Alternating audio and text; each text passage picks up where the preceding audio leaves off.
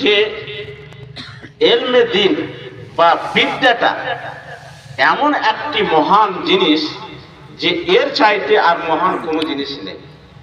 আপনি আল্লাহ আপনাকে ধন দৌলত খুব দিতে পারে, খুব দিয়েছেন, অনেকে আছে আল্লাহ তাআলা অনেক ধন দিয়েছেন, কিন্তু তার কাছে ইলম নেই, বিদ্যা নেই, তো তার সম্মানটা না এখানে আছে না ওখানে আছে।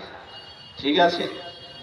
তো যার জন্যে কম করে আপনি আপনার ছেলেদেরকে, আপনার পরিবারকে কম করে যদি আল্লাহ তাআলার কাছে যে মর্যাদাটা আছে সে মর্যাদা যদি আপনি না দেখেছেন, অনুভব না করেছেন, যার ফলে হতে পারে আপনার মধ্যে কিছু সন্দেহ আছে যে হতে পারে ওই মর্যাদাটা পাবো কি পাবো না, কিন্তু আপনি এই দুনিয়াতে তার মর্যাদা তো দেখতে পাচ্ছেন, আপনি সচক্ষে দেখছেন, হ্যাঁ, তা সত্ত্বেও আপনার মধ্যে এই আকাঙ্ক্ষা, এই ইচ্ছা কেন জাগে না যে আপনি এর অর্জন করবেন? আপনি কোনো কারণবশত আপনার আব্বা, আপনার অভিভাবক কোনো কারণবশত আপনাকে এই ইলম অর্জন করার সুযোগ জুটিয়ে দিতে পারেনি, তো আপনি কেনে এই ইলম, এই ইজ্জত, এই নিয়ামত থেকে আপনার ছেলেদেরকে বঞ্চিত রাখবেন? এটা অন্যায়, এটা অন্যায়। আপনার যখন সন্তান আছে, আপনি তাদের জন্মের কারণ হয়েছেন, তো আপনি ওদের কাছ থেকে খের, আল্লাহ নেয়ামতকে কি করে আপনি রুখতে পারেন? এবং যেই মর্যাদার অধিকারী সেই মর্যাদা থেকে আপনি আপনার ছেলেদেরকে কিভাবে দূরে রাখবেন? তো এই ইলমের যে মর্যাদা রয়েছে সেই মর্যাদাটা এমন একটি মর্যাদা যে তার সামনে কোনো মর্যাদায় টিকতে পারে না। তো আমাদেরকে এক তো সবাইকে ইলমে দ্বীন অর্জন করা সবারই উপরে অপরিহার্য। এমন কোনো ব্যক্তি নেই যে বালিগ এবং মুসলমান সে এ থেকে মুস্তাসনা থাকবে বা তাকে আমি আলাদা করতে পারবো না, সবারই উপরে অপরিহার্য। আর আপনি ইলম শিক্ষার জন্য আপনার মসজিদ রয়েছে, সে মসজিদে ইমাম রয়েছেন, সেই ইমামের কাছে আপনি এই দ্বীনের ইলমটা কম করে এই দ্বীনের ইলমটা অবশ্যই শিখবেন। আর আজকে এই মাহফিলে যতজন আছেন আল্লাহর কাছে প্রতিজ্ঞা করেন যে আজ থেকে যখনই আমি ফজরের নামাজ পড়তে যাব, তো আমি অবশ্যই এই দ্বীনের জ্ঞান কিছু কিছু অবশ্যই শিখতে থাকবো। আজ থেকে যদি আপনি শুরু করেন, তো মোটামুটি 1 বছর যদি আপনি এই ধারাবাহিকভাবে এটা শিখতে থাকেন, তাহলে 1 বছরের মধ্যে আপনি এই দ্বীনের আলেম হয়ে যাবেন। অতটা ইলম আপনি শিখে যাবেন যার দ্বারা আপনি দ্বীনের উপরে আমল করতে পারবেন ইয়াকিনের সাথে, বিশ্বাসের সাথে, ইয়াকিনের সাথে এবং বিশ্বাসের সাথে। আর এই যে শিক্ষা প্রতিষ্ঠানগুলো আছে, শিক্ষা প্রতিষ্ঠানগুলো শুধু এই না যে বছরের শেষে জালসা হবে বা বিল্ডিং তৈরি হবে আর আপনি ওইতে সময় সময় আপনি চাঁদা দিবেন। আসলে এই শিক্ষা প্রতিষ্ঠানগুলো শুধু বিদ্যার এক পরিবেশ তৈরি করার জন্য, আপনার ছেলেকে শিক্ষা দেওয়ার জন্য শিক্ষা প্রতিষ্ঠানগুলো, যাতে করে আপনি এই নিয়ামতে, এই খেরে, এই ভালাইতে আপনি শরীক হতে পারেন। যখন আপনার না চাইলেও যখন এই ধরনের শিক্ষা প্রতিষ্ঠানগুলো আছে, সেগুলোকে আপনি নিজে থেকে দূরে রাখবেন না, সেইগুলোর সাথে একটা সম্পর্ক স্থাপিত করেন, সম্পর্ক রাখেন।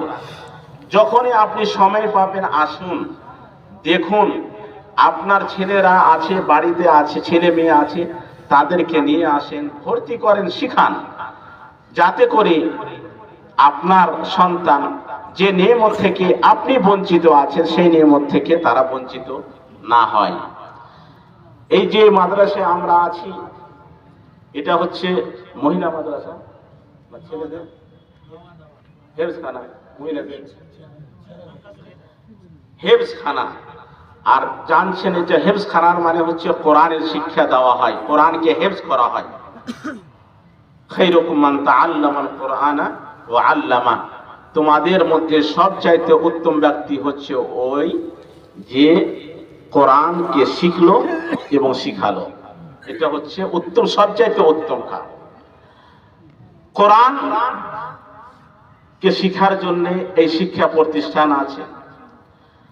তো আপনি কোরআনকে হেফজ করবেন, আর কোরআন শুধু হেফজ করার জন্য না, আসলে কোরআনকে হেফজ এই জন্য করতে হয় বা আমরা করি যাতে করে কোরআন সংরক্ষিত থাকে। ইন্না নাহনু নাযালনাল কুরআন ওয়া ইন্না লাহু লাহাফিজুন, এটা হচ্ছে আল্লাহ তাআলার ওয়াদা।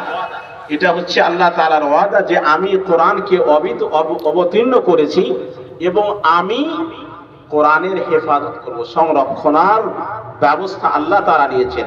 যার জন্যই আল্লাহ তাআলা মুমিনদেরকে, মুসলমানদেরকে এই তৌফিক দেন যে তারা কোরআনকে হেফজ করে। যখন থেকে এই কোরআন অবতীর্ণ হয়েছে তখন থেকে নিয়ে আজ পর্যন্ত এবং আজ থেকে নিয়ে কিয়ামত পর্যন্ত এই কোরআনের হেফজ হবেই, কোরআনের সংরক্ষণ হবেই, মুখস্থ হবে। যার জন্য কোরআন কি হবে? সংরক্ষিত থাকবে। কোরআন কি আল্লাহ তাআলা অবতীর্ণ করেছেন যাতে করে ওর উপরে আমল হয়, যাতে করে ওর উপরে আমল করা হয়। যদি কোরআনকে শুধু পড়া হয় আর ওর উপরে যদি আমল না করা হয় তাহলে কি হবে? কোরআন ব্যর্থ হয়ে যাবে, কোরআনের কোনো অর্থই থাকবে না, ব্যর্থহীন কোরআন হয়ে যাবে। তো কোরআনকে আল্লাহ তাআলা অবতীর্ণ করেছেন এই জন্যে যে তার উপরে আমল হয়। নবী করিম সাল্লাল্লাহু আলাইহি ওয়াসাল্লামকে আল্লাহ তাআলা এই জন্য পাঠিয়েছেন যাতে করে নবী সাল্লাল্লাহু আলাইহি ওয়াসাল্লামের অনুসরণ করা হয়। নবী সাল্লাল্লাহু আলাইহি ওয়াসাল্লামের অনুসরণ যদি না করা হয়, কোরআনের উপরে আমল করা হয়, তাহলে এগুলো সব ব্যর্থ। এই জন্য পাঠানো হয়েছে যাতে করে কোরআনের অনুসরণ হয়, সুন্নাতের অনুসরণ হয়। তো যখন এই শিক্ষা প্রতিষ্ঠানটা এই জন্য আছে যে কোরআনের হেফজ হবে, কোরআনকে ইয়াদ করা হবে, মুখস্থ করা হবে। যদি ওর সাথে হেফজের সাথে কোরআনকে বুঝার ব্যবস্থা না হয়, কোরআনকে যদি বুঝার ব্যবস্থা না হয় তাহলে ফের ঝামেলা শুরু হবে।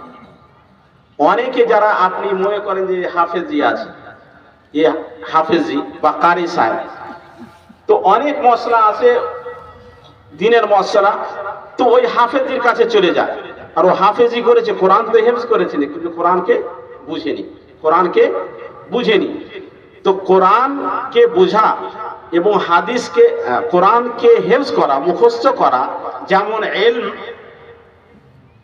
ওর সাথে তাকে বোঝাটাও ইলম। যেমন কোরআনকে হেফজ করা কর্তব্য, তার চাইতে বেশি কর্তব্য কোরআনকে বোঝা।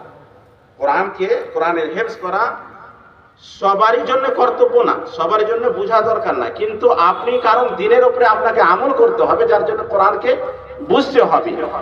তো কোরআনকে যতটুকু হেফজ করা আপনার জন্য জরুরি, ওর চাইতে বেশি জরুরি কোরআনকে বোঝা। তো এই ধরনের শিক্ষা যেখানে কোরআনের হেফজ হয়, ওখানে কোরআনকে বুঝারও ব্যবস্থা থাকে, কোরআনকে বুঝারও ব্যবস্থা থাকে, যেগুলো হচ্ছে দার্সের শিক্ষা। কোরআনকে কেমন ভাবে পড়বেন, কোরআনের যে আয়াত আলহামদুলিল্লাহ রাব্বিল আলামিন আপনি কতবার পড়ছেন, প্রত্যেক নামাজের প্রত্যেক রাকাতে পড়েন আলহামদুলিল্লাহ রাব্বিল আলামিন, আপনি পড়ছেন কিন্তু এর অর্থ বুঝছেন না, পড়ছেন, এটা আল্লাহর সাথে আপনার সম্পর্ক গড়ছে। ইয়াকা না'বুদু ওয়া ইয়াকা নাস্তাঈন, আল্লাহর প্রশংসার পর যখন আল্লাহ তাআলার সাথে আপনি একটা সম্পর্ক গড়লেন, আল্লাহ তাআলার সাথে আপনি কি হচ্ছে, মুখাতাব হচ্ছেন, তো একটা সম্পর্ক করছেন, কিন্তু আল্লাহকে আপনি সম্বোধন করছেন, আল্লাহ তাআলার সামনে আপনি নিজকে কি করছেন, সমর্পণ করছেন, কিন্তু আপনি ওটা অনুভব করছেন। যদি ইয়াকা না'বুদু ওয়া ইয়াকা নাস্তাঈন এর আগে আলহামদুলিল্লাহ রাব্বিল আলামিন এর অর্থ বুঝেন আর আল্লাহর সাথে নিজকে সমর্পণ করছেন, ওই অনুভবটা যদি, ওর অর্থ আপনি বুঝতে পারেন, তা আপনার মধ্যে একটা অনুভব আসবে, তখন আল্লাহর যেটা ভালোবাসা, আল্লাহর সাথে ভালোবাসা, সে ভালোবাসাটা গভীর হবে। আপনি কাউকে ভালোবাসেন, এমন ভাষায় তাকে আপনি সম্বোধন করছেন যে সে ভাষাটা কি হচ্ছে বুঝে না, সে ভাষাটা বুঝে না, তো আপনি কি, আপনার লাভ হবে? আপনার কোনো লাভ হবে না। আপনি বুঝবেন না যে কি আমি বলছি আল্লাহকে বা ওই ব্যক্তিকে। তো আমাকে আল্লাহর সাথে সম্পর্ক কায়েম করার জন্যে সেই সম্পর্কের ভাষাটা বুঝতে হবে অবশ্যই। আলহামদুলিল্লাহ রাব্বিল আলামিন আর রহমানির রহিম ইয়াকা মালিক ইয়াউমিদ্দিন ইয়াকা না'বুদু ওয়া ইয়াকা নাস্তাঈন। তো কোরআন শিক্ষা, ইলমে দ্বীন শিক্ষা অর্জন করা, এটা একটা বড় কর্তব্য, এটা একটা বড় কর্তব্য। আর আপনি যখন আপনার একটা বয়স কেটে গেছে, তখন আপনি যে এই বিদ্যাটা, ইলমে দ্বীনের বিদ্যা এবং সাধারণ বিদ্যা, যখন ছোট অবস্থাতে অল্প মেহনতে আপনি যে বিদ্যাটা অর্জন করতে পারতেন, হতে পারে এই বয়সে আপনি অত সহজে সেই বিদ্যাটা অর্জন করতে পারবেন না। কিন্তু আপনাকে অবশিষ্ট বেশি কিছু মেহনত লাগবে, তার জন্য আপনি ছেড়ে দিবেন। এই ছেড়ে দেওয়াটা আপনার অন্যায় হবে। কেন অন্যায় হবে? যে আপনি যতদিন বেঁচে আছেন ততদিন নামাজ তো পড়তে হবে আপনাকে। যতদিন বেঁচে আছেন আপনাকে নামাজ পড়তে হবে, উপায় নেই, ফরজ আছে। ওই ধরনের যে সমস্ত আল্লাহ যে সমস্ত জিনিস ফরজ করেছেন সেগুলো তো আপনাকে পালন করতে হবে। আর আপনি যদি সেগুলো পালন করা না শিখেন, তাহলে আল্লাহর কাছে আপনাকে জবাব দিতে হবে, সেগুলো জবাব দিতে হবে। যার জন্য এখন যদি আপনাকে ডবল মেহনত করতে হয় এর জন্যে, তাহলে আপনাকে ডবল মেহনত অবশ্যই করতে হবে। কারণ আপনি মুসলমান হয়ে আল্লাহর উপরে ঈমান নিয়ে এসে আপনি আল্লাহর কাছে কি চান? জান্নাত চান। আর আপনি তখনই এইগুলোর অধিকারী হবেন যখন আপনি একে শিখবেন, দ্বীনকে শিখবেন, হ্যাঁ, এই ইলমটা শিখবেন। তো আমি যেমন এর আগে বলেছিলাম যে আমরা সবাই আল্লাহর কাছে প্রতিজ্ঞা করি যে ইলমে দ্বীন সাধ্য মতো কম করে অতটা আমরা শিখবই, যত যার দ্বারা আমরা দ্বীনের উপরে আমল করতে পারি, হালাল হারামকে বুঝতে পারি, নামাজ পড়তে পারি। এবং যদি আল্লাহ তাআলা আমাকে হজ করার শক্তি দান করেন, তো আমি নবী করিম সাল্লাল্লাহু আলাইহি ওয়াসাল্লামের সুন্নাত অনুযায়ী হজটা আদায় করতে পারি, যাতে করে এই হজ আল্লাহর কাছে মকবুল হয়, আল্লাহর কাছে মকবুল হয়। নবী করিম সাল্লাল্লাহু আলাইহি ওয়াসাল্লাম হজের সময় বলেছিলেন, খুদু আন্নি মানাসিকাকুম, খুদু আন্নি মানাসিকাকুম, তোমরা আমার কাছে হজের তরিকাটা, পদ্ধতিটা শিখে নিও। এরপরে হতে পারে আমি কি করি, আমি হজ করা আমার সুযোগ না ঘটে। নবী করিম সাল্লাল্লাহু আলাইহি ওয়াসাল্লাম নামাজ সম্পর্কে বলতেন, সল্লু কামা রাআইতুমুনি উসাল্লি, যেইভাবে আমি নামাজ পড়ছি সেইভাবে তোমরা নামাজ পড়ো। এ থেকে আমরা কি বলছি? নবী সাল্লাল্লাহু আলাইহি ওয়াসাল্লাম শিখে নাও, শিখো নামাজ ওইভাবেই, যেভাবে আমাকে দেখছো ওইভাবে নামাজ পড়তে শিখো। এটা সব সবাইকে বলেছেন, ছোট্ট বড় সবাইকে। তা আজকেও আমি আপনাদের সামনে এই আবেদন করছি যে শিখেন, নামাজ পড়েন ওইভাবে যে নবী সাল্লাল্লাহু আলাইহি ওয়াসাল্লাম শিখে, নামাজকে শিখেন, অন্যান্য আহকামগুলো শিখেন। আল্লাহ তাআলা যেন আমাদের সবাইকে তৌফিক দান করেন, আমিন। ওয়া সাল্লাল্লাহু আলা নাবিয়িনা মুহাম্মদ ওয়া আলা আলিহি ওয়া সাহবিহি আজমাইন।